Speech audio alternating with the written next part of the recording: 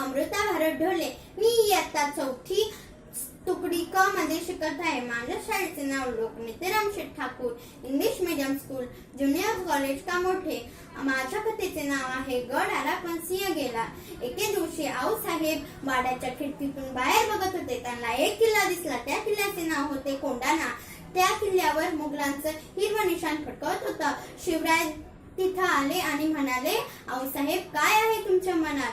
आऊसाहेब म्हणाल्या की ह्या किल्ल्यावरचं हिरवं निशाण बोचतंय आम्हाला. शिवराय म्हणाले, ते तर आम्हालाही बोचतंय. आईची इच्छा आहे ती तर पूर्ण करावीच लागेल.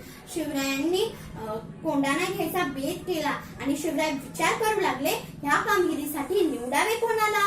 कोण जिंकेल हा गड? तेवढ्यात त्यांच्या नजरेसमोर तानाजी मालसुरी आली. त्यांची खेळ घडली.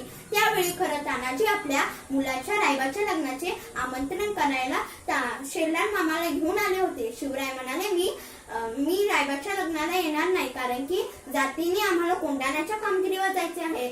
तेव्हा ताडकन तानाजी उठले आणि म्हणाले, महाराज, तानाजी जिवंत असताना तुम्ही कामगिरीवर जाणार असं सोबत नाही मला. असे बोलून तानाजींनी शिवाजी महाराजांचा आशीर्वाद घेतला आणि कोंढाण्याच्या दिशेने गेले. मध्यरात्रीची वेळ होती. अंधारात चांदणे लुकलुकत होते. आवाज न करता तानाजी व त्यांचे मावळे गडाच्या खाली दरीत जमा झाले. गडाच्या खाली पहारा नव्हता म्हणून तानाजींनी तीच बाजू निवडली आणि सूर्याजीला म्हटला, तू 500 मावळे घेऊन कल्याण दरवाजाला गाठ आणि मी 300 मावळे घेऊन कड्यात चढतो.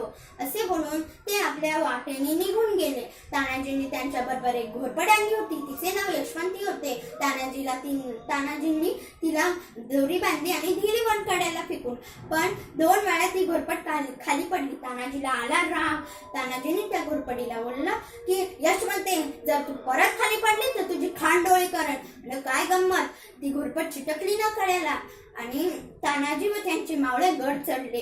तेव्हाच त्यांच्या गडाच्या पहारेकरांना त्यांच्या मावळ्यांची चाहूल लागली आणि जोरदार लढाई सुरू झाली.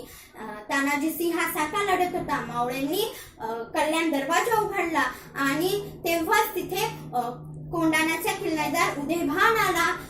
तानाजी आणि उदयभानची जोरदार लढाई सुरू झाली. ती लढाई एवढी जोरदार होती की उदयभानचा एक घाव तानाजीच्या ढालीवर पडला आणि ती ढालच तुटून गेली. मग काय आता?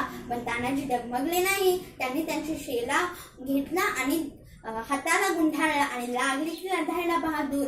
पण घात झाला. एकमेकांचे घाव अंगावर घेऊन त्यांना जखम आली आणि ते कोसळले. हे तानाजीला पाहून मावळ्यांचा धीर खचला आणि ते घाबरून पळायला लागले. हे सूर्याजीने पाहिले. सूर्याजी कड्यावर गेला आणि जिथून मावळे आले होते तिथली दोरी कापून टाकली आणि मावळ्यांना बोलला, अरे, तुझा बाप इथे पडला आहे आणि तुम्ही भिगूबाईसारखं काय पळत आहात? मागे फिरा आणि शत्रूंसंग लढा.